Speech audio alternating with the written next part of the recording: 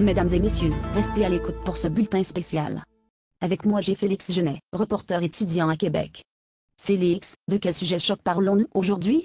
Il semble que ce soit un problème persistant, non? Oui, Juliette.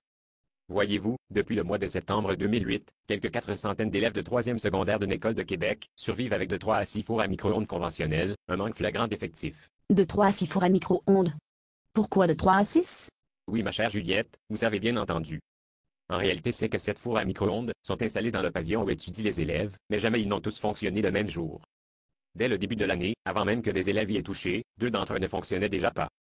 Par la suite, au cours de l'année, il y a eu des surtensions électriques, ainsi que des repas brûlés dans un four, ce qui l'a rendu inutilisable, ainsi que four qui a perdu son bouton Start, tout ça ayant comme résultat que pendant un peu plus d'une semaine, théoriquement, 400 élèves se sont partagés 3 micro-ondes conventionnelles, soit 133 à chaque four micro-ondes. 133, c'est beaucoup trop.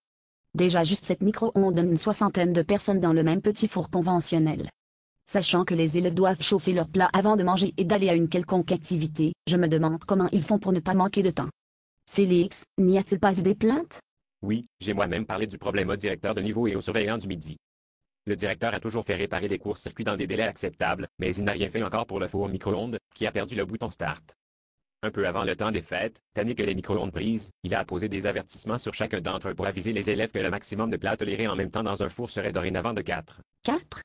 Mais c'est loin d'être la réalité. Disons que présentement il y a 6 micro-ondes en fonction, et qu'un plat prend environ 7 minutes à chauffer. Faisons le calcul. 400 divisé par 6 fois 7, cela prendrait 466 minutes à chauffer tous les plats Soit beaucoup plus que le temps que les élèves ont pour manger, oui.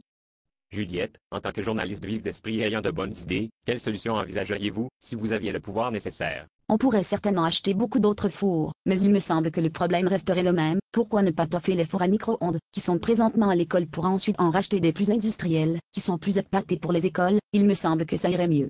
Oui, plus vite, plus gros, plus fort. La solution que tu viens de proposer, est d'ailleurs celle pour laquelle j'opterais moi aussi. Si je me souviens bien, la présidente étudiante de l'école n'en avait-elle pas déjà parlé lors de la période électorale? Ce serait une bonne idée, c'est sûr. Malheureusement Félix, c'est déjà la fin du Breaking News. C'était Félix Genet et Juliette Poitras pour le réseau XNN.